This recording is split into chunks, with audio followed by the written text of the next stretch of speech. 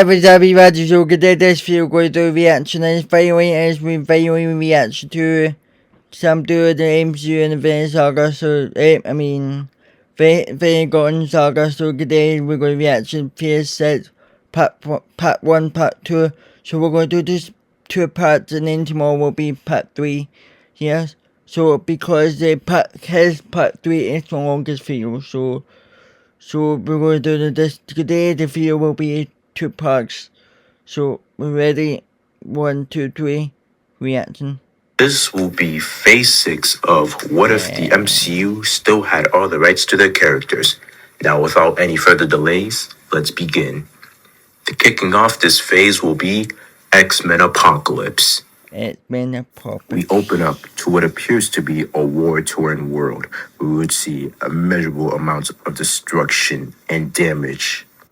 And the camera would slowly shift into a person wearing a mysterious hood traversing throughout the damaged ruins as he appears to be running from someone. We would only see the columns of fire as the person still traverses through the ruined land before a sudden explosion would catch the person off guard and he would be knocked back, landing on the ground. The person would slowly look up to see his attacker, only to find a man in what presumes to be in a godlike position, raising his hands to either side of his body, as if he were a biblical figure. I finally found you. The man on the ground would rip off his hood, revealing what seems to be a cybernetic appearance where he's wielding a metal arm as well as a giant machine gun as he blasts at the man above him, but the man above would simply wave his hands, divert the blast into another direction, sending a shockwave.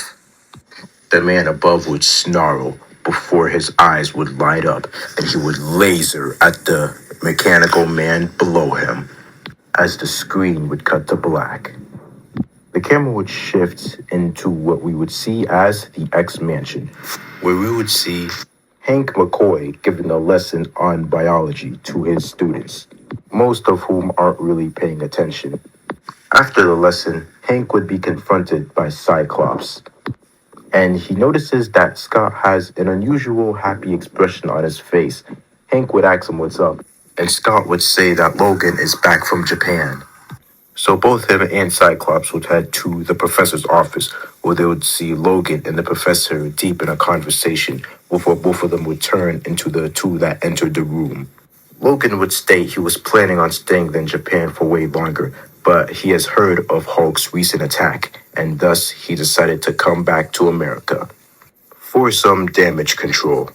Cyclops would ask the professor if Storm has decided to come back as well, but the professor would simply nod his head, stating that Storm is still in Wakanda with her newly engaged husband. And so each of them would be engrossed in conversation, but that would be until they hear a large crash outside of the X-Mansion. So assuming this is attack, the X-Men would suit up and head outside to find a large crater on their lawn, and they would slowly approach the crater, as they would find the same mysterious man that we saw in the beginning of the movie lying down, gravely injured. Confused, the X-Men would approach this figure, and they would take them into their medical room, where they would have examinations on him, as well as nurse him back to health.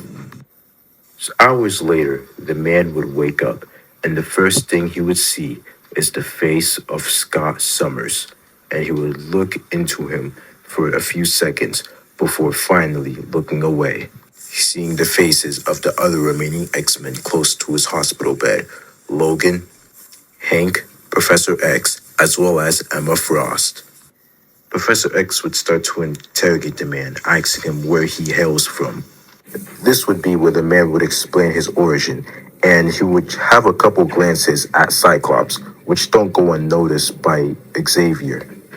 And he explains that he comes from the future, where a powerful mutant known as Apocalypse has destroyed his world, along with his 4 horsemen. And with Apocalypse's overwhelming strength, he managed to not only defeat the X-Men, but the Avengers as well as the Fantastic Four, as well as any other hero who dared to stand in his way. He himself is part of a resistance that's still fighting against Apocalypse and his horsemen. The man would also reveal his name to be Cable, and he gives more exposition on Apocalypse's power, and that he is also a mutant. Cable would also hesitate for a second before stating that he is also the son of Scott Summers and Jean Grey, which would leave everyone in the room in shock. Cyclops at first wouldn't believe this, but Emma would assure him that she has thoroughly searched through Cable's mind, and he is telling the truth. Xavier would further back Emma Frost on this, and Cyclops would be completely baffled, especially since Jean is dead. But Cable would say that the universe is filled with infinite possibilities, and thus there might be another universe where his mother is alive, which would even further leave Cyclops in a state of absolute confusion. But Xavier, after hearing Cable's tragedy, would offer to have the X-Men help him in his time of need, where they would go in the future with Cable in order to battle against this supposed being. But Logan would interrupt the conversation, stating how he doesn't even trust Cable, and how the hell did he even manage to get to the past in the first place, much less ends up in the X-Mansion. Pretty convenient, don't you think? Cable would lift up his hand, revealing a wrist bracelet, in which he tells them that it's a time travel device created by the Shi'ar Empire. And it also allows him to travel to a specific location in time as well, in which he chose the X-Mansion in this specific time period, as he knows that this would be the period that heroes would be at their peak. Beast would give the idea that the Avengers could come along with them as well, but Cable says that only a limited number of people can travel with him, as the time travel device has an occupancy limit. And Xavier would further add on that the Avengers already have their hands full with the aftermath of the Hulk's devastating rampage, and dropping this onto their lap would just be a further disservice to them. Plus, he has full confidence that the X-Men will be able to handle this threat. And so, a couple of hours would pass, and after Cable is fully recovered, he, along with the entirety of the X-Men, would be sent into the future using Cable's time-traveling device on his wrist, and they would appear in the war-torn world where Cable resides from. Iceman would remark that this feels like the plot of a Terminator movie, which would result in Rogue slapping him upside the head. Emma Frost would use her powers in order to sense if there is any life nearby, which she would sense a faint sense that is not too far from them, and the X-Men would diverge to that location, where they would be confronted by one of the four horsemen, who soars above the X-Men and lands in front of them with a loud crack. Each and every member of the team would be in shock, as what appears to stand in front of them would be Angel, but instead, and the horseman would only look at the X-Men before chuckling, putting his hand on his face to continue his laughter. Now, isn't this something? Poor little Summers has brought company, and it appears to be old friends. Warren, what happened to you? What does it look like, Cyclops? I've simply been... Angel would spread out his wings, revealing sheets of metal. Reborn. With a sadistic smile, the Archangel would swipe his left wing, using the blades as projectiles as they would dart towards the X-Men, who would either block or dodge out of the way, igniting the first fight between the first Horsemen of Apocalypse. Iceman would attempt to freeze the Archangel in place, but the Angel would simply fly up and strike down at Iceman with more of his blades, who would dodge each of them, creating an ice barrier, and the Archangel would simply rain down blades from above. And Cyclops would try to shoot him down using his optic blast, but the Archangel would simply bob and weave out of the way of the attacks. But he would be unaware that another member of the X-Men can also fly, Rogue, as she would dash up to the Archangel and engage in a fierce battle. But the winged menace would simply smack her down back into the ground, creating a large crater. Cable would approach her, and it would appear as if she's been stabbed by one of the blades, which which greatly worries him. Nightcrawler would try to teleport into Archangel's view, but he wouldn't be able to get enough of a good grasp as the Archangel would simply fly away from his attacks. But Wolverine would come up with a plan as he would look at Colossus, and Colossus would look back at him, seemingly knowing what Wolverine already has in mind. They just need a distraction for it to work. Gambit would oblige, as he would strike cards at Archangel, who would continue to dodge, but the cards would be too much as Archangel would continue to bob and weave, causing a momentary distraction for Wolverine to curl up into a ball, and Colossus would lift him up into the air before throwing him to the direction of Archangel. Wolverine would extend his body and strike out his claws, which would connect at Archangel's torso, and both of them would come crashing into the ground. Wolverine would still be impaling Archangel with his claws, and Archangel surprisingly would still be laughing, before Wolverine would retract his claws and knock him out with a straight punch. This would be a momentary victory, however, as Cable would be holding Rogue, revealing that the Archangel's blades might have been poisonous and that Rogue needs medical attention immediately. But he would then be cut off by more of the Horsemen arriving, as well as a peculiar figure, the same one in which we saw at the beginning of the movie. This would be revealed as Apocalypse, who simply says, "You have evaded me once, Nathaniel Summers. That is a mistake I will not repeat." And Apocalypse would then look at the other members of the X-Men, and this would create a small smile on his face as he is reveling in the fact that he has more mutants to control. The other three horsemen of the Apocalypse would also be revealed, where we would see the three figures standing behind Apocalypse. Pyramid X, which appears to be an altered blue version of Storm. Wolverine, but this one seems more matted and appears to have a metal gauntlet in place of where his hand should be. But the figure that surprises the X-Men the most would be Mr. Sinister, who revels in the fact that his mortal enemies are standing right in front of him. "Hello again, Summers." "Essex, how is this possible?" "Oh, come now, Summers. I thought this reunion would be grand for you. Now you are finally seeing what I have been building up towards all of this time." This is what Mr. Sinister has been planning ever since the events of X-Men United, where he managed to get enough blood samples from mutants as well as enough of a power source to finally revive the first ever mutant, Apocalypse. But using the stolen Shi'ar technology, he time traveled into Cable's timeline, where Apocalypse managed to lay waste to the Earth's heroes, as well as create an army of horsemen under his command.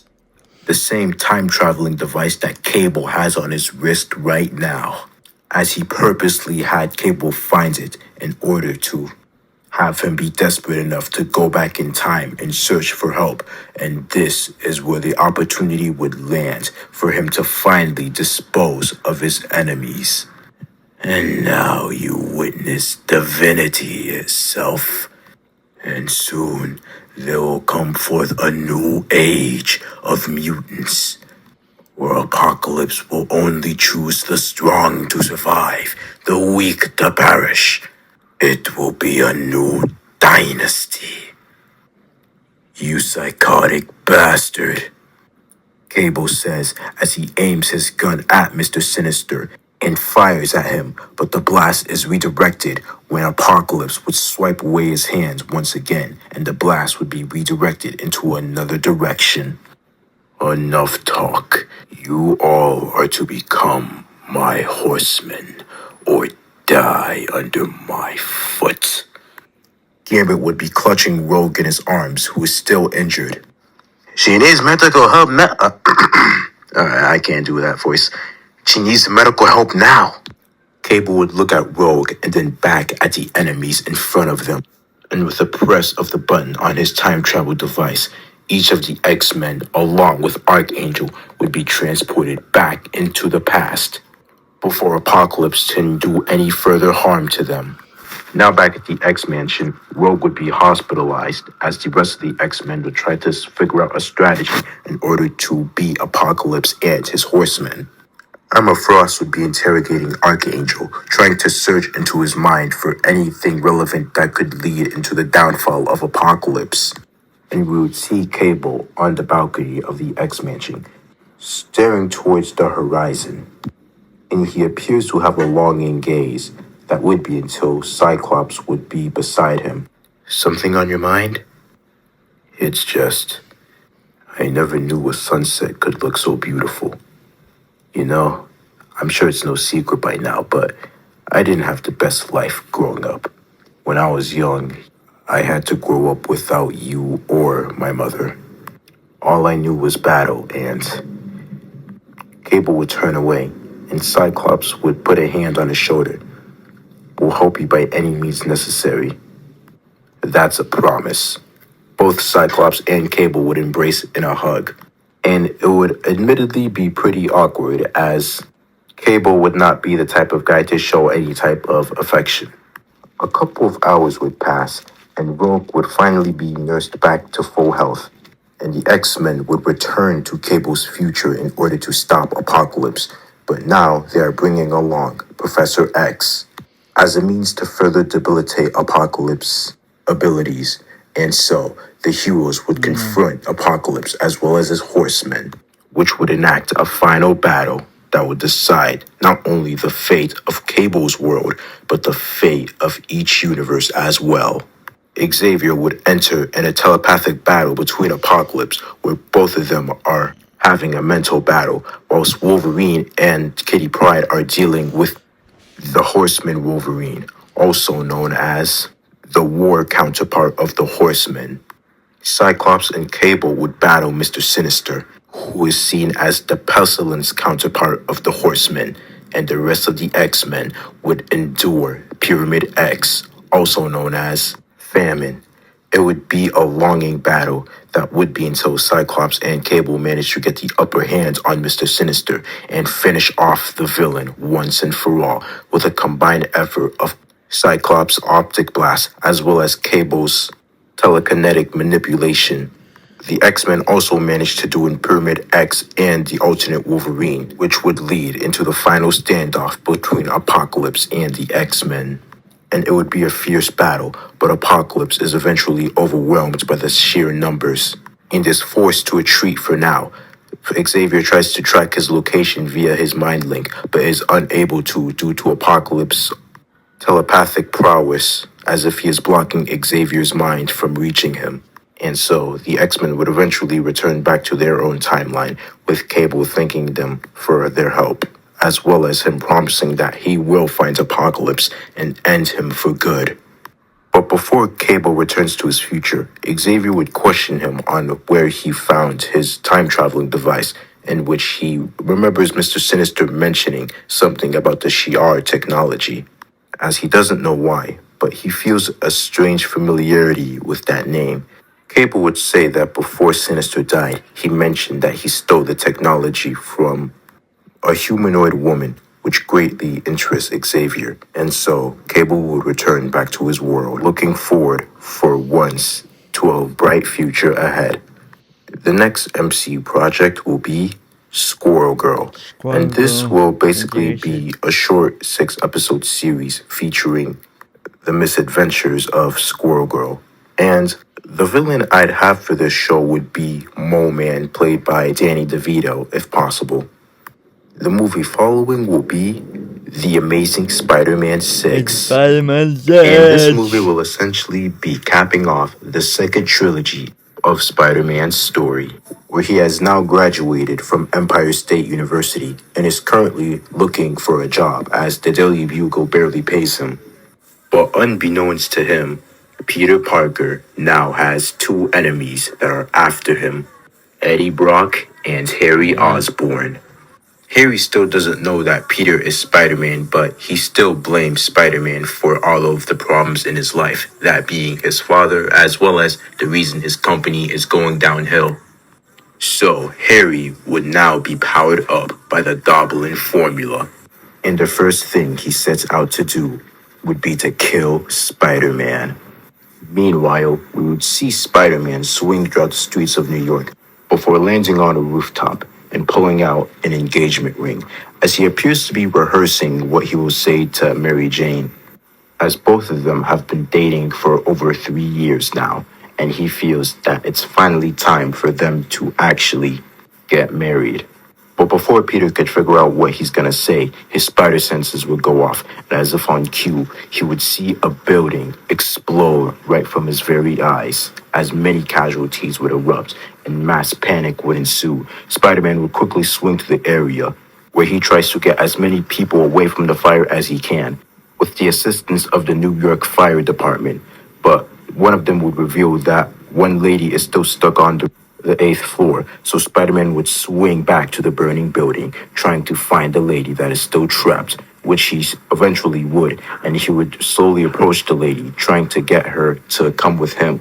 That would be until his spider sense would go off, and the old lady's disguise would be unraveled to reveal Green Goblin, who quickly punches Spider-Man across the cheek. Spider-Man would be surprised before the Green Goblin would follow up by kicking him in the torso. This would lead into a battle between both Spider-Man and Green Goblin. Spider-Man is confused as Norman is still in the raft, so he is unaware of who this new Green Goblin may be. The fight would escape the building as both Spider-Man and Green Goblin would battle all throughout New York. And Spider-Man appears to be getting the upper hand. We would see him start to beat down the Green Goblin. Green Goblin, seeing how unprepared he was, tries to fly away, but Spider-Man would chase him down. But unbeknownst to Spider-Man, his web would snap, causing him to plummet down into the ground. And since he was almost at a skyscraper level, his fall would be brutal. Spider-Man tries to save himself by clinging his web onto another surface, but each time he would, his web would mysteriously snap. Spider-Man would panic as he is rapidly approaching the ground. And he knows that the Green Goblin isn't doing this as he sees him flying away. And so Spider-Man would prepare himself before ultimately crashing into the concrete, creating a massive crater. Spider-Man wouldn't be too injured, but he would still sustain a lot of damage. And as he's in the crater, he would think to himself, what the hell happened?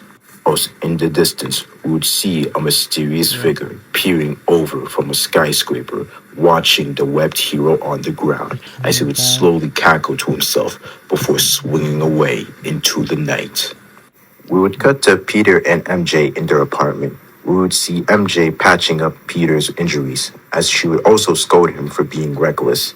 Peter would say that it wasn't his fault before he would glance down in his pocket, still clutching the ring, and with a heavy sigh, he holds MJ's hand and he would reveal the ring that he's been hiding. And this is where we would hear Peter start to stutter as if he were back in high school, where he would stammer over his words before murmuring out if Mary Jane would marry him.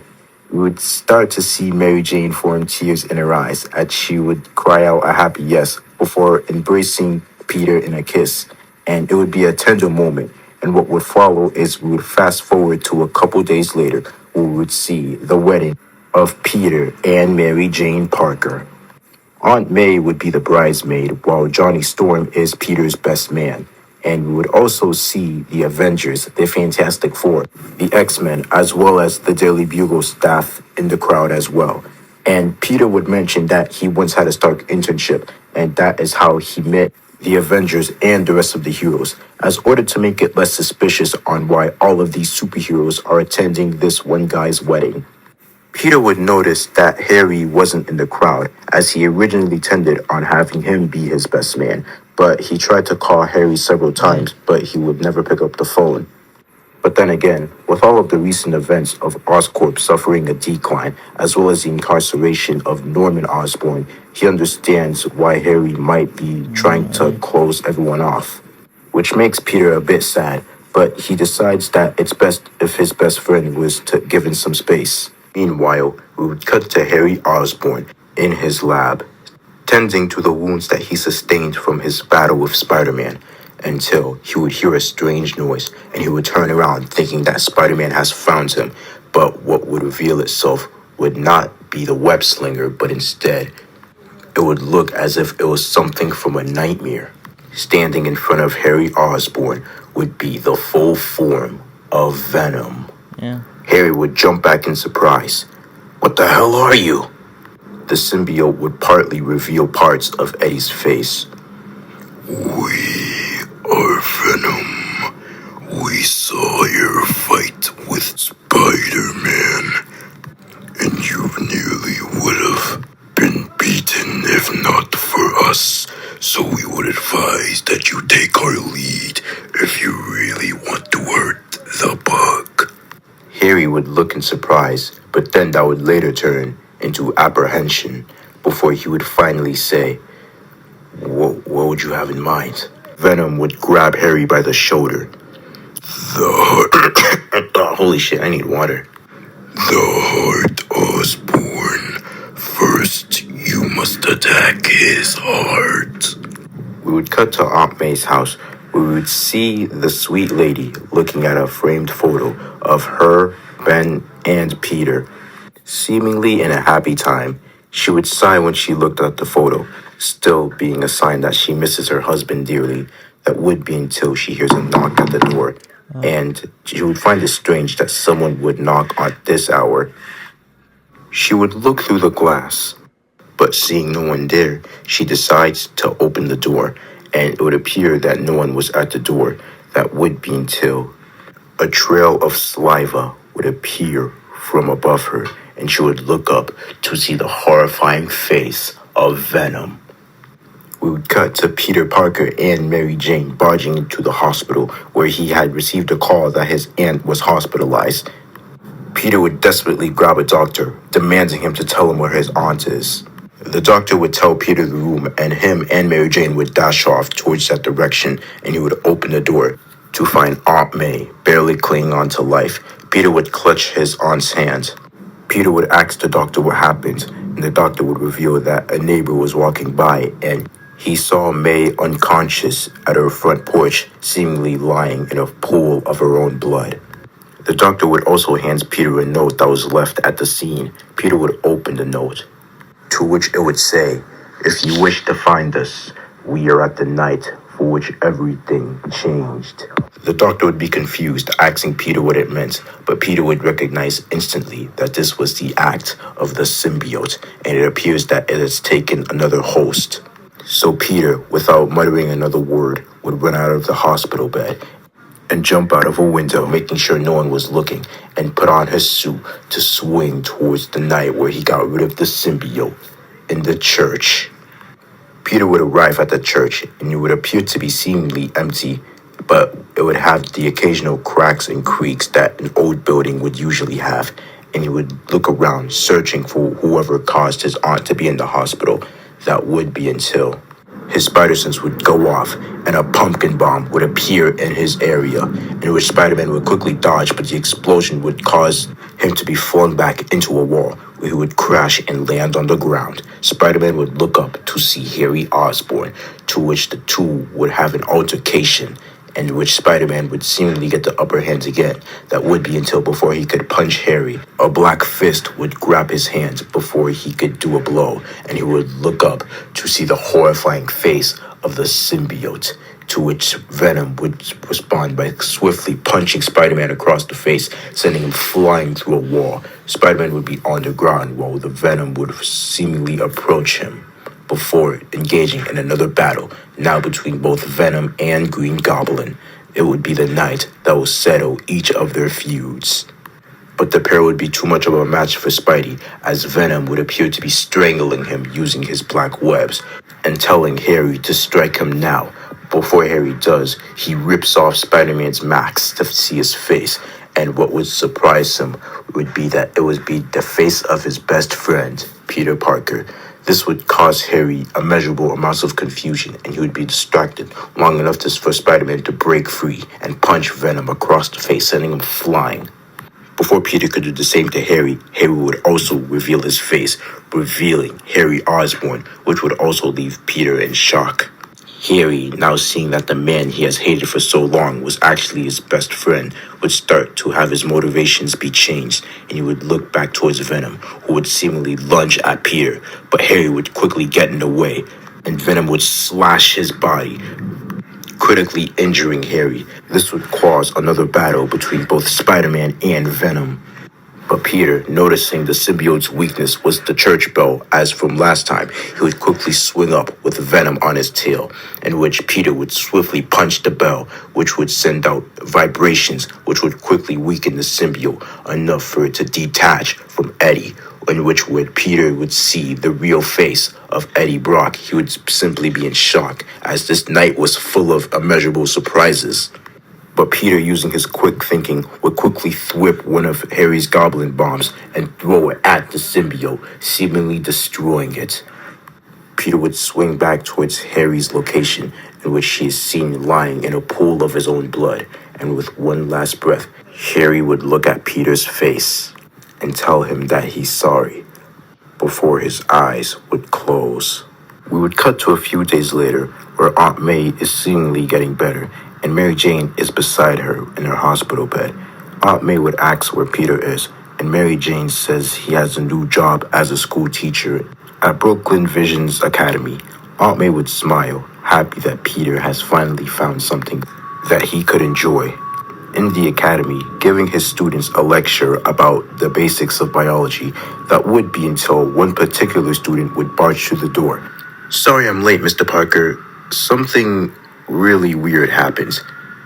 Peter would give the student a warm smile. "It's no problem. You can just go ahead and take a seat, Mr. Morales, sir. Miles Morales." The next project will be Moon Knight, Season 1. And I'd have this be more of a rated R show, and it would be much longer than it was in the original. So about 18 episodes. And I would also have Jake Lockley be featured in Season 1 as well. But besides that, those are really all the things I would change. The next movie will be The Thunderbolts. And this would be the roster that I have in mind, as the villain for this film would be Doctor Doom.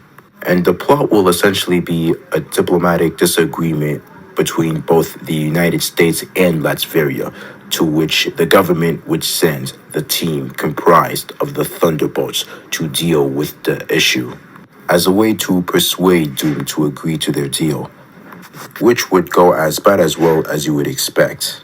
But this film would be used to showcase not only Doctor Doom's power, but also the corruption of the United States government.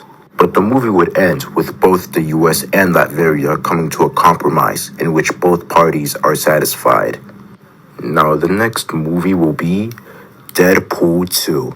And this will essentially have a similar plot to the original Deadpool 2. And I would also have Cable and Domino still be featured in this movie, along with the first appearance of Psylocke.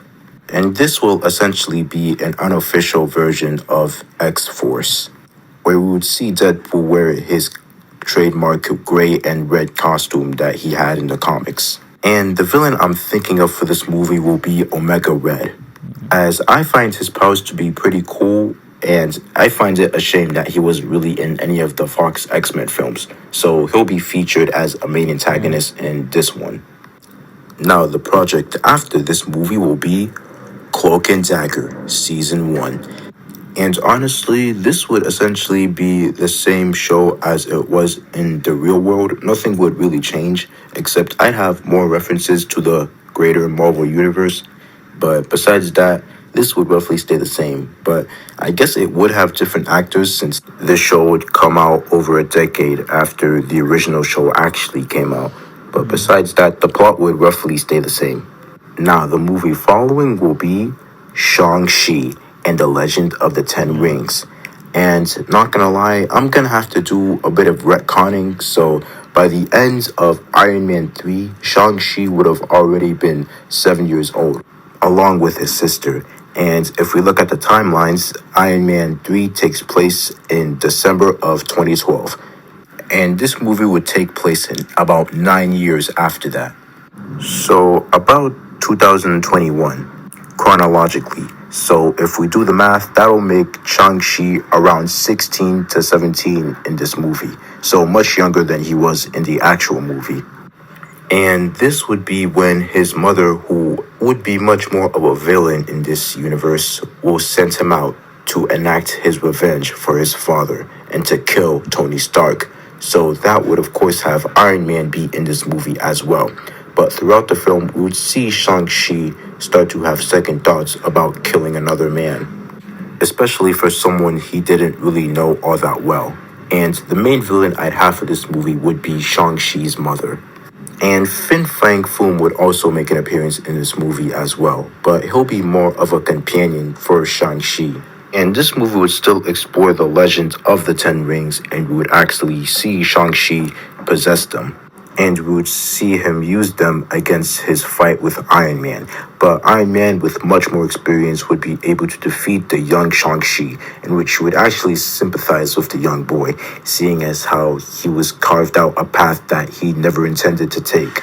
And so, with the help of Iron Man and Fin Fang Foom, they would rescue his sister from his mother's clutches, as well as defeat his mother once and for all, setting him free from his predetermined destiny. And now, the movie following will be Ghost Rider and the Spirit of Vengeance. This would, of course, be a sequel to the first movie, with the main villain being Blackheart.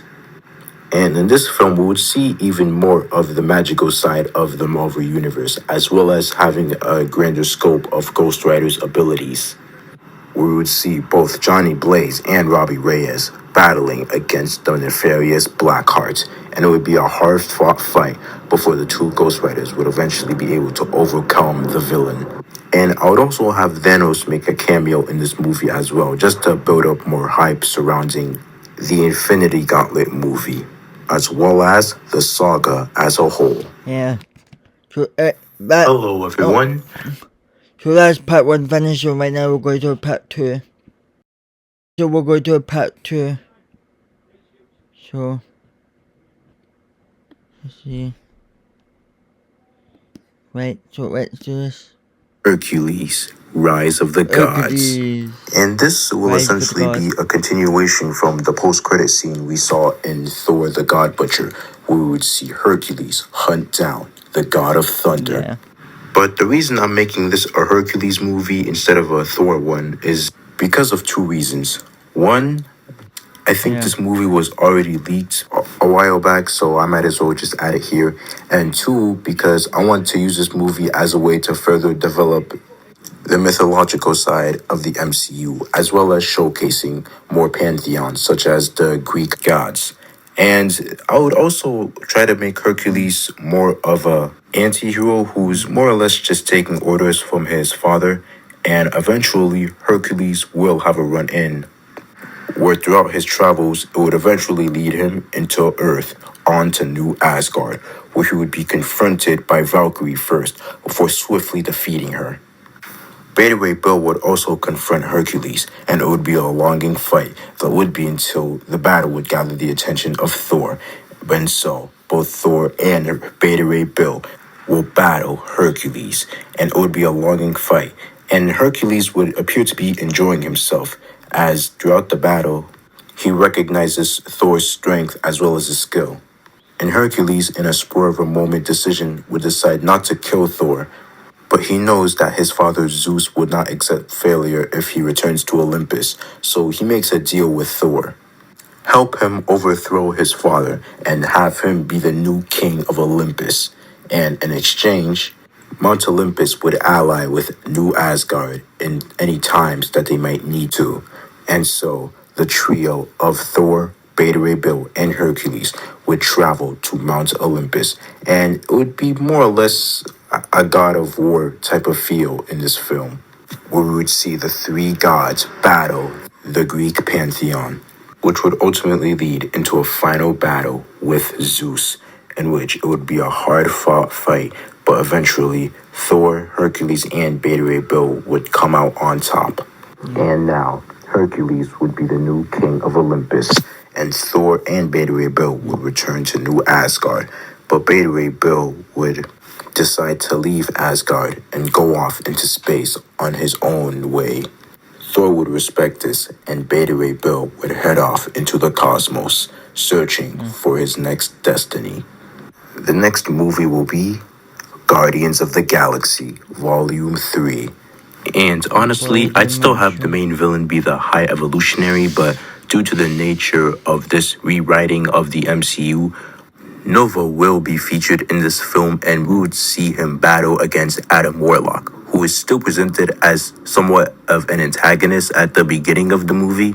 And Nova would more or less be an unofficial member of the Guardians of the Galaxy, meaning that he's only temporarily there as a means to an end, since he already warned the Guardians about Thanos' might, and he also knows that the daughter of Thanos, Gamora, is in the team as well. So he plans on monitoring the team just in case they do anything that could be suspicious to him. And speaking of Gamora, her original self would still be a part of this movie, so it won't be a Gamora from a different timeline like in the original film. So basically just replace Gamora with Nebula in most of her scenes. And Rocket Raccoon's backstory would still remain the same, and the overall climax wouldn't really change as well, besides with the addition of Nova. Now the show following will be Heroes for Hire Season 3. And this will essentially be the finale for the show, as well as featuring a full Defenders roster, where we would have Daredevil, Iron Fist, Jessica Jones, and Luke Cage fighting against the main antagonist of the season, which would be Kingpin. And I'd also have this be an adaptation of the Devil's Reign storyline, where Kingpin essentially becomes the mayor of New York. And I'd also have Spider-Man be featured in this finale as well, just to have that grand closing off feel that this show deserves. And so Kingpin would go on to ban all superheroes, which would create turmoil within the superhuman community. But by the end, Kingpin will eventually be ousted and impeached, closing off the epic rivalry between Daredevil and the Kingpin. The next movie will be Fantastic Four, Rise of the Silver Surfer. And honestly, I'll only be adding a couple of changes in this movie in comparison to the original one that released in the mid-2000s. For example, Silver Surfer will still be portrayed as a sort of neutral evil that he was at the beginning of the film. So he'll still run into the Fantastic Four, in which they'll have that brief altercation. But after that initial fight, he'll then explain how he is nothing but a messenger sent by the real threat, who will be Galactus, who will be much more comic accurate in this movie. And we'll basically get Silver Surfer's backstory on how he was transformed into the being that he is now, thanks to Galactus making him his herald. And of course, now that this is a much bigger universe, I'd also have the Avengers as well as the X-Men be present in this movie as well.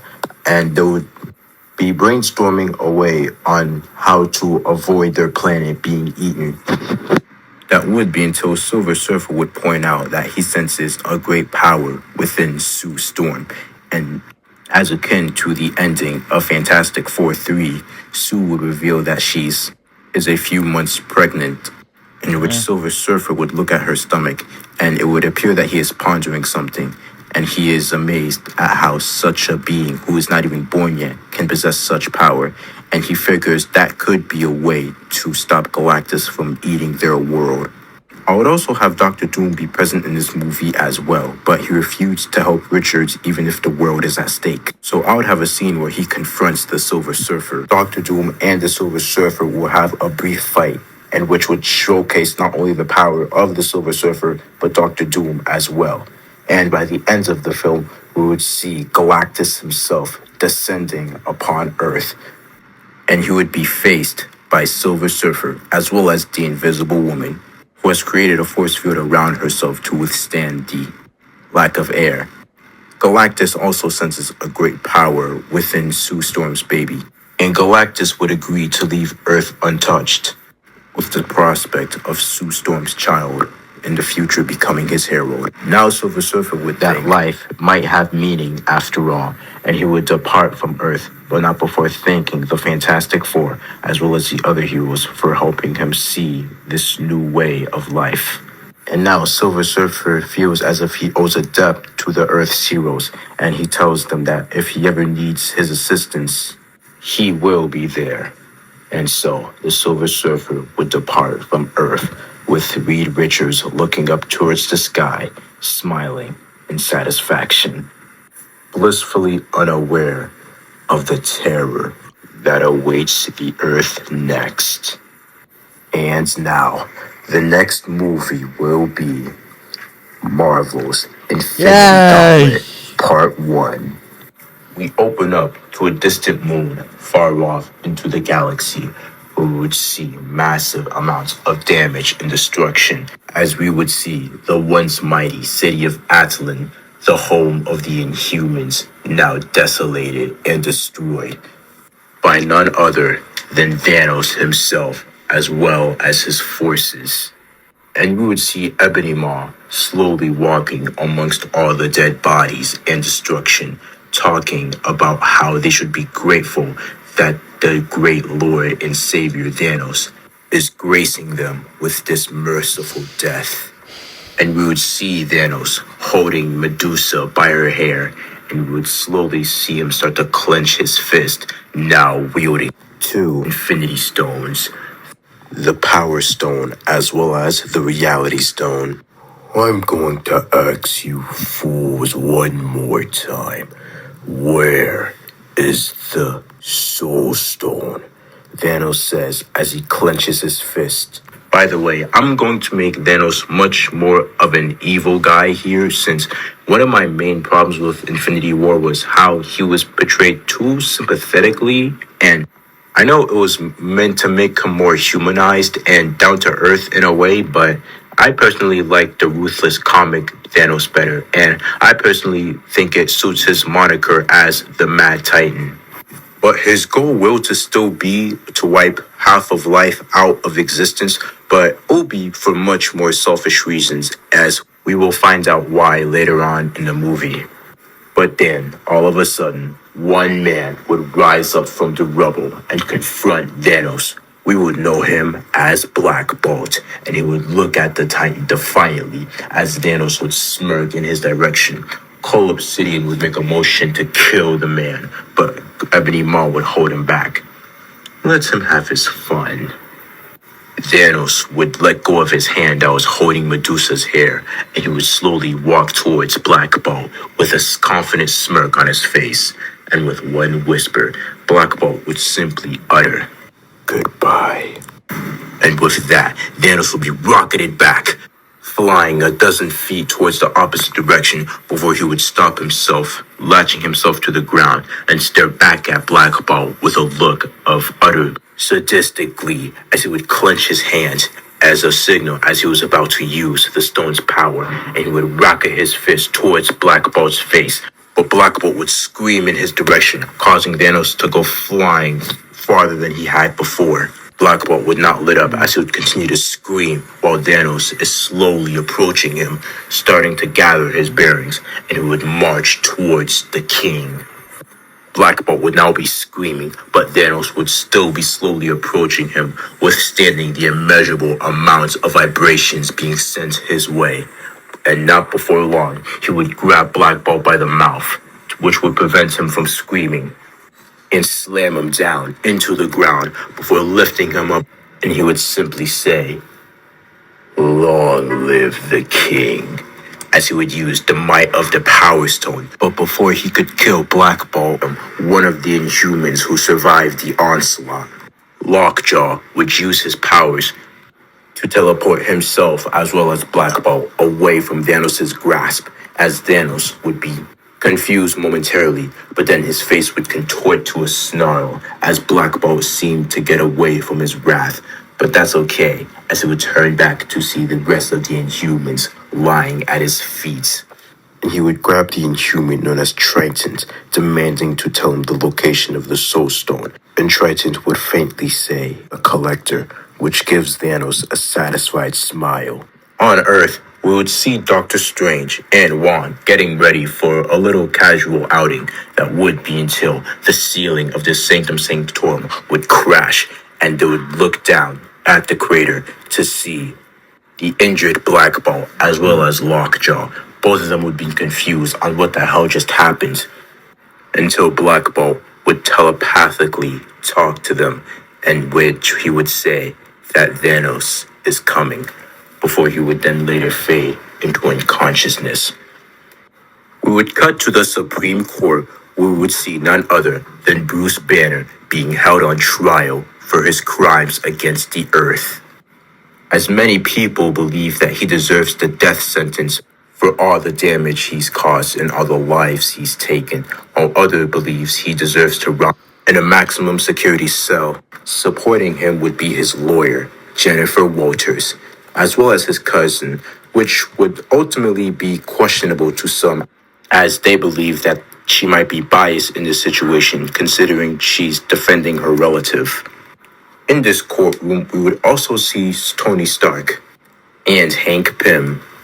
As the trial proceeds, Jennifer would be doing her best in a way to have her cousin be seen in a less negative light, but she knows that it is a Herculean task, as the amount of damages he's caused needs at least some sort of retribution. Until all of a sudden, a massive explosion would appear at the top of the court, signaling everyone to run in fear as another explosion would hit the building. Jennifer Walters would try to cover for Bruce before he is hit by any rubble, but it is too late, as both of them would appear to be hit by an oncoming part of the ceiling. Bruce is unable to turn into the Hulk due to the power dampening gauntlets that he has on, courtesy to Tony, and he is hit by a part of the ceiling, causing him to bleed. But his blood would then seep onto Jennifer Walters' open wound, as she was also hit by a part of the ceiling, and she would feel rather dizzy at first before we would see her eyes start to glow green. Tony would activate his armor to surround his body, as well as Hank Pym, who has his Ant-Man suit at the ready. And both of them would head outside to see what caused this destruction, and they would see what appears to be a space disc hovering above the Supreme Court. And what would follow is two figures would appear down into the ground from the disc, and which would reveal Cull Obsidian and Ebony Maw. Ebony Maw would start to give a speech on how graceful they are to have such a merciful death that would be until Iron Man would cut him off. "Look, I don't know what your deal is, Voldemort, but you really picked a day to piss me off." Ebony Maw would then frown in contempt and would demand to tell them where the time stone is. Tony would flip off Ebony Maw. "Her magic finger tells me it's in the sky." Ebony Maw, now fed up with the games, would tell Cull Obsidian to kill these fools, and we would see Ebony Maw start to approach the two heroes. That would be until Hank Pym would grow up to 21 feet, and he would smack down Cull Obsidian with a single motion. But we would see the brute start to lift up Hank's fist as he would jump off into the air and sock Giant Man across the face, signaling the start of the battle as Iron Man would rocket towards Ebony Maw. But Ebony Maw, with a flick of his hands, would launch a piece of rubble at Iron Man, which would hit him and send him tumbling towards the ground. The battle would persist, and we would see many people start to run away from the fight scene. Giant Man would swat away Cull Obsidian, which would send him flying towards a nearby tree. And he would remark, "Man, how many visitors from space are we gonna get?" But he would be interrupted as Cull Obsidian would use his weapon to launch at Giant Man, which would hit him square in the chest, causing him to stumble back. But he would eventually fall into the ground, creating a massive crater. And he would revert back to his regular size, and he would be approached by Cull Obsidian, who motions with his hammer to crush the man. That would be until he would hear a scream, and out would step out a new fighter. and she would scream at Call Obsidian's direction before launching herself towards the boot and delivering an uppercut, sending him flying. And he would land on the ground with a hard crack as he would look up to see what we would know as She-Hulk. But she appears to not be in control of her actions, as this would be her first time transforming into a Hulk. And she would begin to battle with Call Obsidian. And even though She-Hulk is perceived as much more ferocious, Call Obsidian has decades of battle experience, and swiftly he manages to beat down She-Hulk and is about to deliver a finishing blow that would be until a portal would appear from beneath his feet, and he falls through it, and he appears to land on an Arctic terrain, and he looks back up to see Doctor Strange hovering above him, and he launches himself back up into the portal, but Doctor Strange would close it before that could happen. Doctor Strange would look at the battered She-Hulk, who is now transforming back into her regular self, and he would then turn towards the direction in which Iron Man and Ebony Maw are having their fight, in which Ebony Maw appears to be crushing Iron Man with sheets of metal. But Iron Man, using his Unibeam, would fire it at Ebony Maw, catching the alien off guard, and it would directly hit his head, frying a good chunk of his skull, and he would land on the ground, now dead. Iron Man would shake the metal off him, and he would turn to see Doctor Strange. Mind telling me what the hell's going on, Dumbledore? Doctor Strange would ignore the nickname, and he would turn at Tony. We need to return to the Sanctum now. And with that, both Doctor Strange, Iron Man, Jennifer Walters, and Hank Pym would return to the Sanctum Sanctorum, with Bruce Banner being taken back into his cell. The heroes would arrive at the Sanctum Sanctorum, and Doctor Strange would give the same exposition that he gave Tony about the Infinity Stones, as well as the fact that he has the Time Stone locked away deep within the Sanctum, and that he feels as if this Thanos figure might be coming to claim it. Tony would be skeptical, but that would be until Black Bolt would enter the room, now fully healed thanks to the help of Doctor Strange and Wong. Along with him would be his companion Lockjaw. And so, Doctor Strange would propose the idea that they take the Time Stone out of this planet, as Earth has the total of 3 Infinity Stones Thanos needs: the Space Stone, the Mind Stone, and the Time Stone. So he suggests that they take the fight to Thanos, while also luring his forces away from Earth before another attack can commence.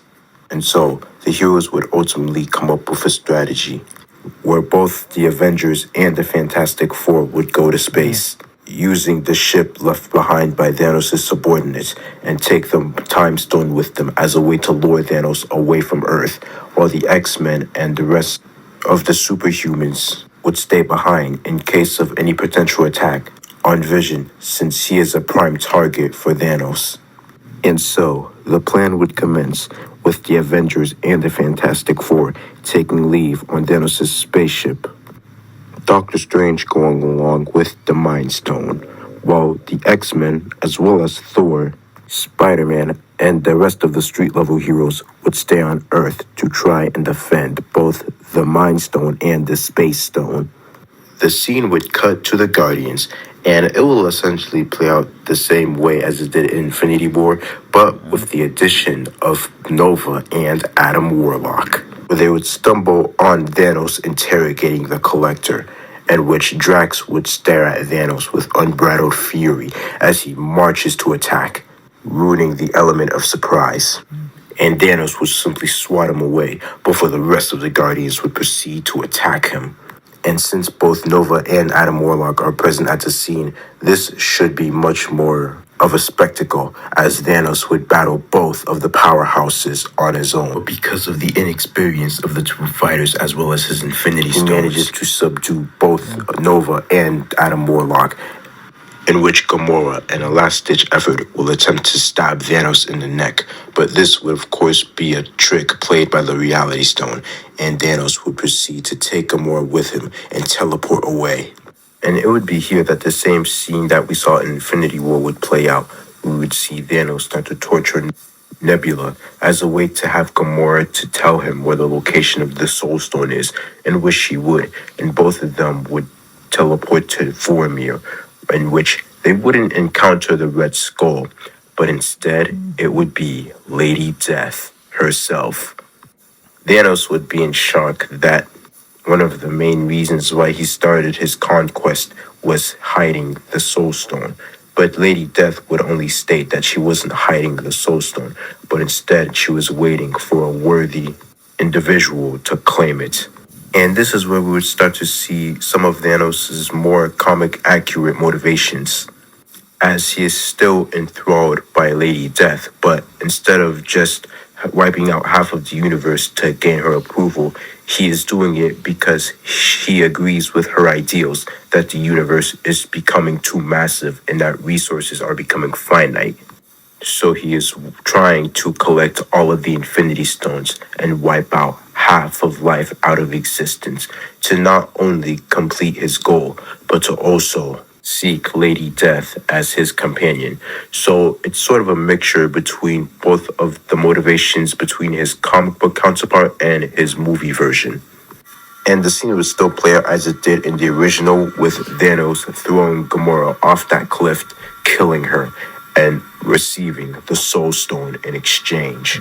Meanwhile, we would see the Guardians still recovering from their fight with Thanos, while also searching for one of his ships in order to get a lead on where Gamora could be.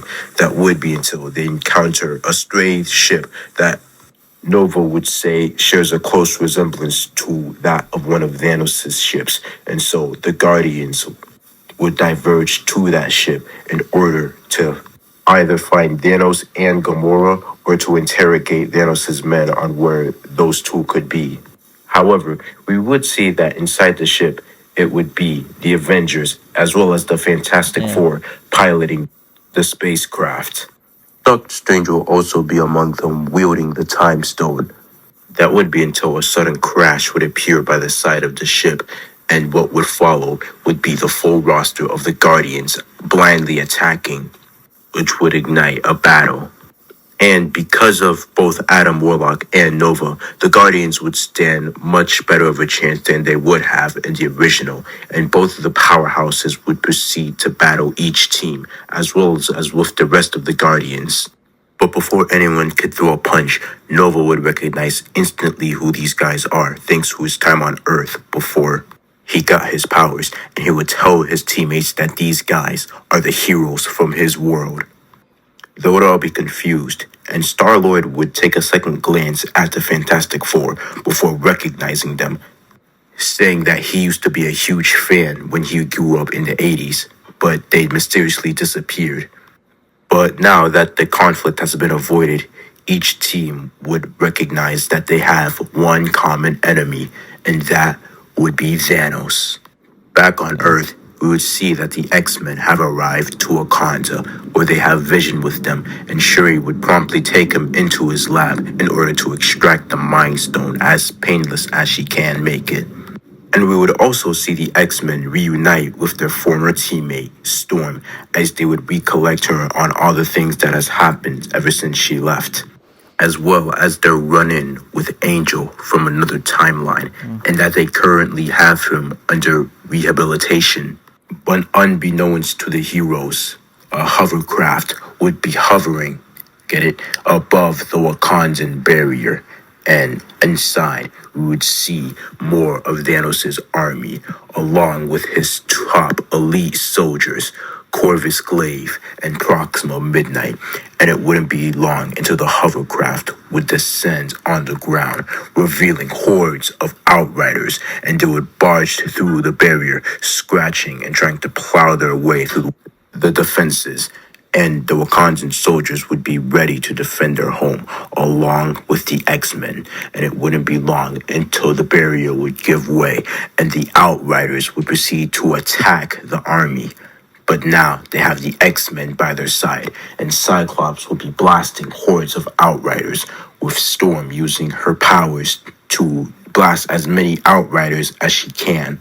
But she is then smacked down back into the ground by none other than Proxima Midnight. Black Panther would see this and would proceed to engage in a battle with the alien woman, while Corvus Glaive would set his sights on Wolverine before launching towards him and hitting him with his weapon, sending Wolverine sliding across the field. Meanwhile, we would see Shuri working in haste in order to extract the Mind Stone out of Vision's head. While this is going on, we would cut to New York. We would see another giant ship hovering above the city, and it would reveal Cull Obsidian, who has returned, as well as another one of Thanos' elite soldiers, is Supergiant. And by the way, Supergiant is just another one of the members of the Black Order who wasn't in the Infinity War movie. And it would appear as if they are here for the Space Stone, which is currently being guarded by Nick Fury, as well as the remaining agents of S.H.I.E.L.D. that withstood the fall of the organization in a secret bunker. But unfortunately, thanks to the mental powers of Supergiant, she is able to tell where the location of the Space Stone is, and she tells Cull Obsidian this, and he rockets down into the streets of New York, landing with a hard crack. And as if on cue, the rest of Thanos' Outriders would attack the streets of New York. But the city would not be undefended, as we would see many heroes, such as Spider-Man, fighting the horde of Outriders. Along with him would be Daredevil, as well as the rest of the Defenders. But Cull Obsidian would notice this and would proceed to throw a taxi car at Spider-Man, who would narrowly dodge out of the way before grabbing a sewer lid with his web and swinging it at the beast, who simply tanks it and marches towards the web slinger, trying to hit him with his weapon, but Spider-Man would be too agile as he would dodge every strike, as he would sock Cull Obsidian across the face. But this attack would have no damage, as Cull Obsidian would simply roar at Spider-Man. But Spider-Man would feel a pain in his head, and he was crouched down and grunt in pain, as it would reveal that Supergiant would be behind Cull Obsidian, slowly walking towards Spider-Man, as she uses her mental powers to blast him away, sending him flying a dozen feet before he crashes into a car. Cull Obsidian would make a motion to finish Spider-Man by swinging his hammer at his direction. But Daredevil would grab Spider-Man out of the way in time before the hammer could hit him. But then they are surrounded by hordes of Outriders, as both Spider-Man and Daredevil would stand back to back. But it wouldn't be too long until we would see a repulsor blast one of the Outriders, and Spider-Man would look up to see none other than War Machine blasting down each Outrider before he would grab Cull Obsidian and fly him up into the air. Cull Obsidian would try to shake War Machine off him, but Rhodey would just smash him down into a building before using a couple missiles to blast Outrider.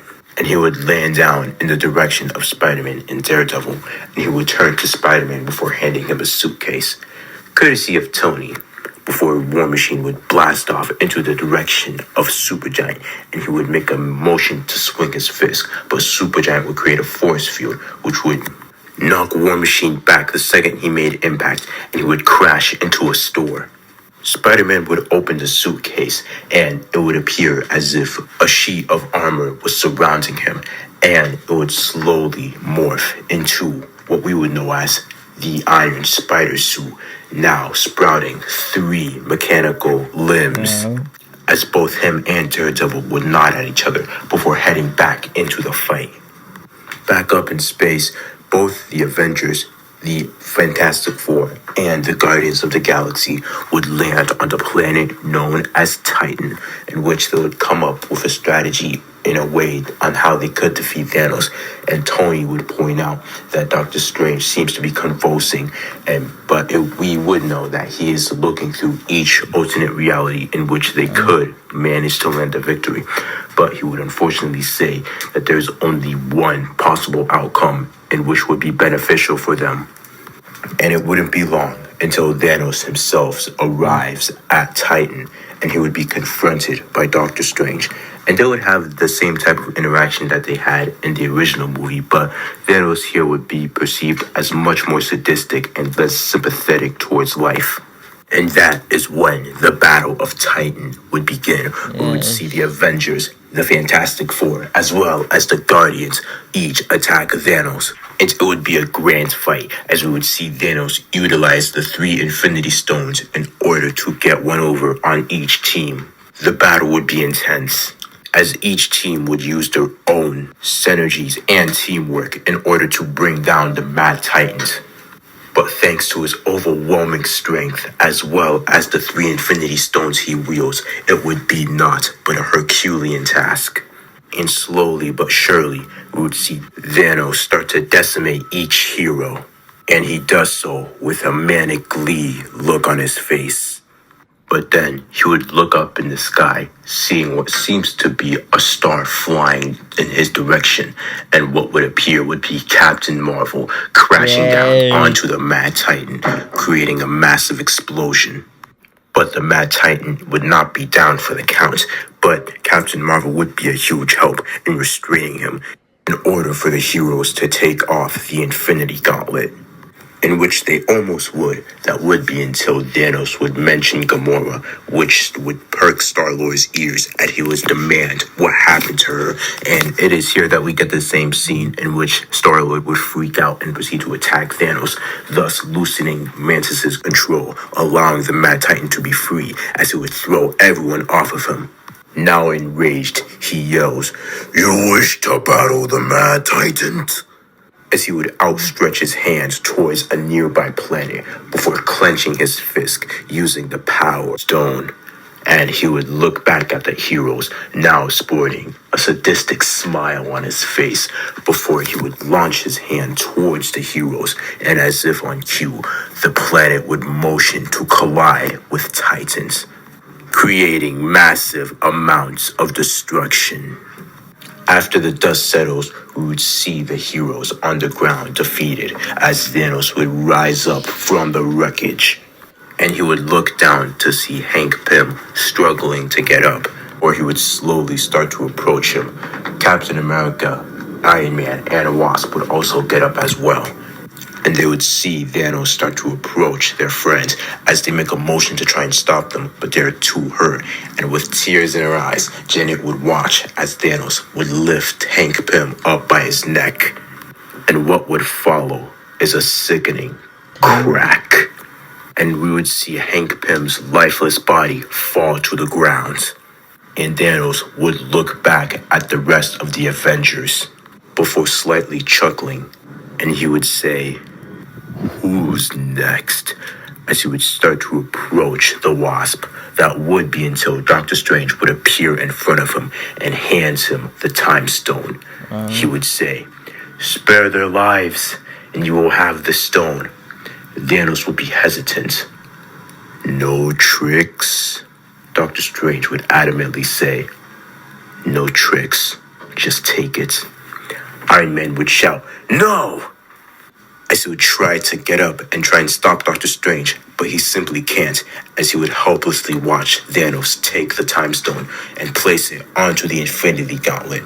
Now, with 4 stones at his disposal, he uses the Power Stone to surround himself in a makeshift rocket, and he flies away from Titans. Since he doesn't have the Space Stone yet, he can't just teleport away, and we would see Doctor Strange looking back at the Avengers before saying, "This was the only way." Back on Earth, we would see the X-Men as well as the Wakandan forces still fighting Thanos' army. But steadily, they're starting to lose as the numbers would be too great, along with the assistance of Corvus Glaive and Proxima Midnight, greatly lessening their chances of victory. Before Proxima Midnight would aim her weapon at Kitty Pryde, who is on the ground wounded, and Colossus would try to intercept, but he is simply too far.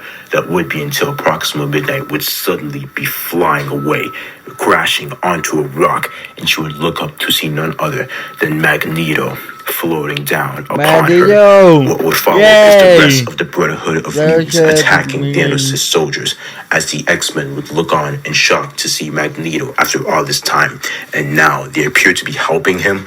Magneto would simply state, "Anyone who dares to harm my mutant brethren shall be punished by me." And Magneto, as well as his Brotherhood, would proceed to assist the X-Men as well as Wakanda But unbeknownst to them, Corvus Glaive would be making his way towards Shuri's lab, where he would encounter Vision still on the operating table, and Shuri would look back in surprise as she tries to use her gauntlets to blast away Corvus Glaive, but he simply deflects her blast using his spear before marching towards Vision that would be until he is stopped but what seems to be a red hex force field around him before he is sent crashing out of the window, and we would see none other than Scarlet Witch was the one who did that motion.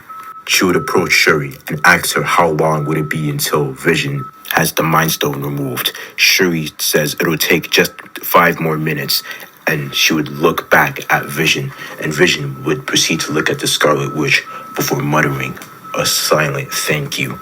Scarlet Witch would smile at the robot before turning her attention back towards the broken window as she would hover down towards Corvus Glaive's level. And Corvus Glaive would look at her in anger before both of them would proceed to clash. In New York, we would see Call Obsidian and Supergiant still making a mess out of everything, while the Outriders would proceed to ravage the streets, and the heroes' defenses would be great, but it would not be enough, as there appeared to be more of the enemy than there are of them.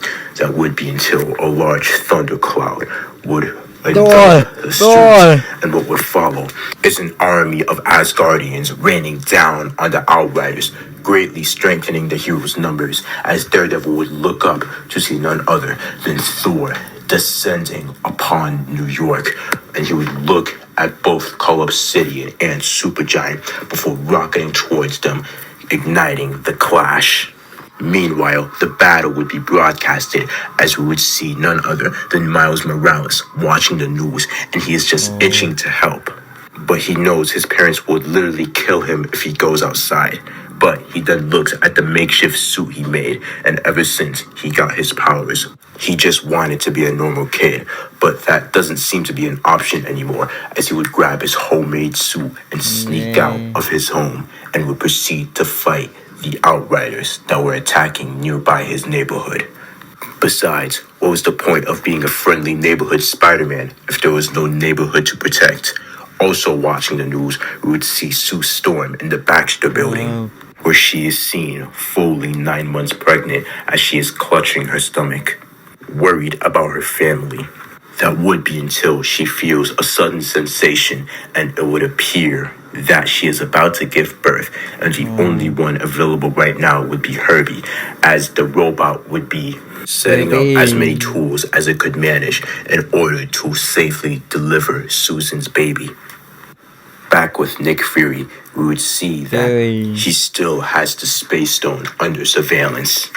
But he would suddenly hear a crash outside, as it would appear that the Outriders had found their location, and so the agents of S.H.I.E.L.D. would grab their guns as well as their advanced weapons and blast as many Outriders as they could in order to stop them from getting to the Space Stone, or we would see Thor battling Call Obsidian as well as Supergiant, along with the assistance of both Valkyrie and Loki. But we would cut back to underground, and the Outriders would simply have too much power as they would proceed to barricade through S.H.I.E.L.D.'s defenses, as they would grab the Tesseract and make off with it, with the rest of the agents of S.H.I.E.L.D. trying to attack them using their weapons, but they are no use as the number of Outriders is too great. Back on the ground level, we would see Call Obsidian start to try and pound away Thor, but the Asgardian would be too durable as he would use his hammer, which was now lightning infused, to strike at the beast's head, which would connect and would ultimately behead Call Obsidian, finally taking down the monster for good.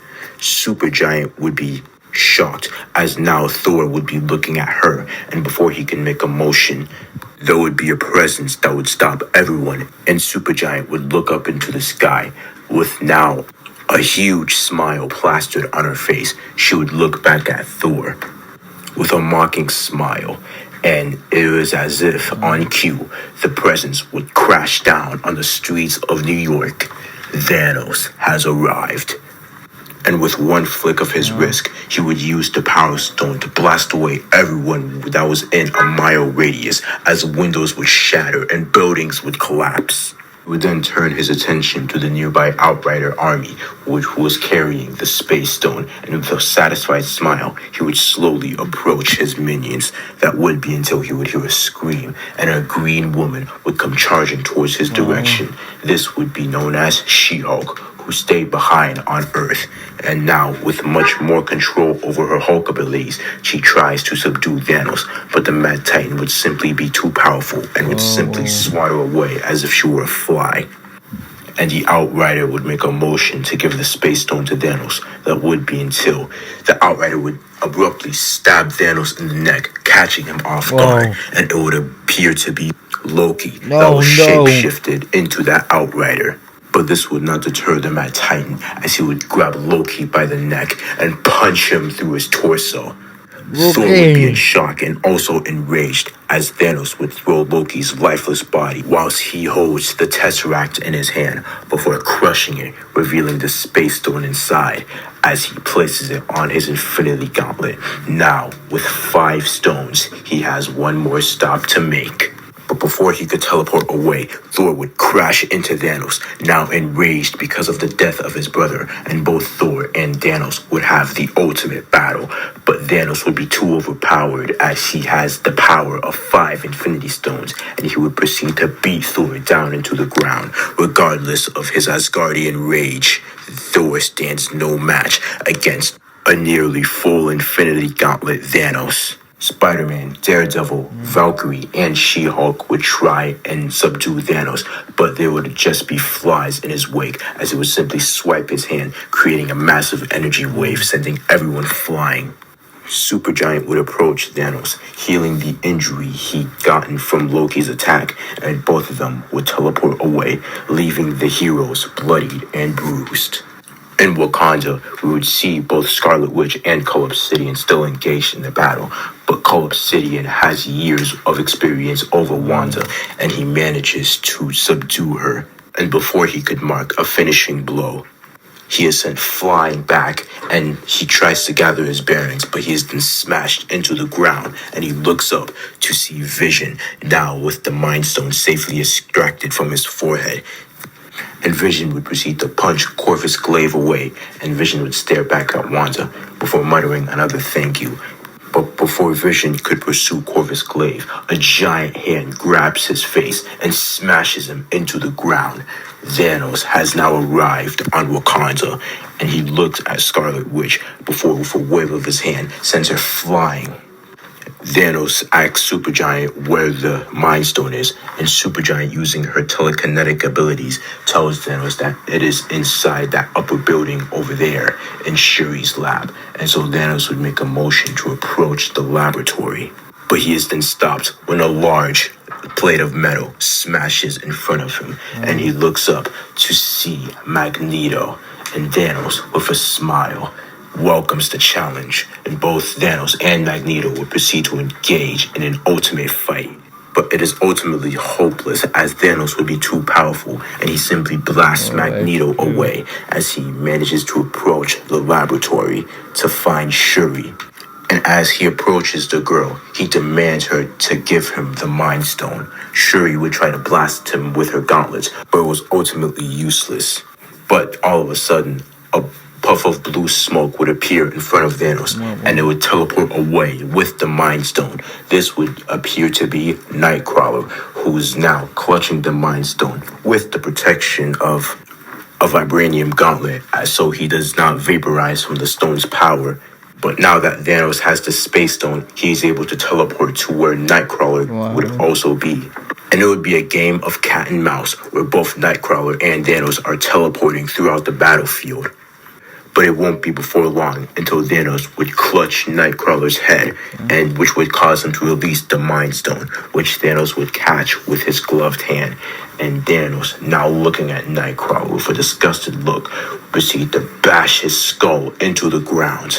And he wouldn't stop there, as with one final punch, he would punch Nightcrawler's skull in, caving in his head, killing him.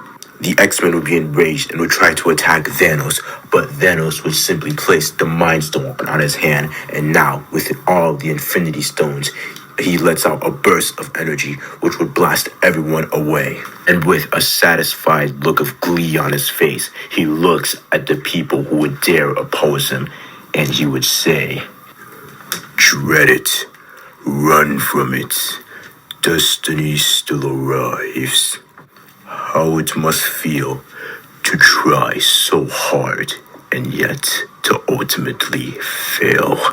Thanos would lift up his arm. "Behold, for this shall be the dawn of a new age." We would be in space where the Avengers, the Fantastic Four, the Guardians, as well as Doctor Strange would still be contemplating on their loss, with Janet still clutching on to Hank's lifeless body before all chaos would ensue as their team would slowly start to fade away into dust. Captain America would look on in shock. He would ask Doctor Strange what's going on, and the doctor would simply mutter, "He won." And it wouldn't be long until the only people that remained on the planet would be Captain America, Iron Man, Wasp, the Human Torch, Adam Warlock, and Rocket Raccoon. We would also cut to New York. We would also start to see heroes fade away, with the only survivors being Thor and Spider-Man. Even the Outrider army would start to fade away, as we would also see Miles Morales, and before he could throw another punch, he slowly starts to corrode into dust. Back on the Baxter building, we would see that the delivery was successful, as we would see Sue Storm start to hold her baby, in which she has already figured out a name, Franklin Richards. But the moment would not last for long, as soon as the baby would have opened its eyes, the dust would start to settle, and it would slowly fade away in Susan's arms as she would look on, devastated. In Wakanda, each hero would start to fade away as well, with the only surviving X-Man being Wolverine. And he would watch his comrades fade away into dust with a horrific look on his face. Thanos, along with Proxima Midnight, Corvus Glaive, and Supergiant, would teleport away from the battlefield, and we would see him on a distant planet, looking on at the horizon as he would slowly sit down with a satisfied look on his face, his armor drenched in blood, and with a small smile. He knows that if he had the option, he would do it all over again. Hello, everyone. So that's done the video of the reactions I'm doing the Vinnie Gauntlet Saga PS Part 1 and Part 2. Yeah, so this video will be called my reaction to SomeDude's MCU Vinnie Gauntlet Saga PS Part 1 there, because the Part 1 is for you, but the two parts will be together on the Part 1 for you, and then tomorrow will be Part 3, but will be called Part 2, yeah, cause I'm reacting to Part 3 on this video, yes, already. So hope you enjoy the video, make sure to thumbs up, any like, subscribe and put notification on, and comment below anything. I will see you tomorrow. Bye.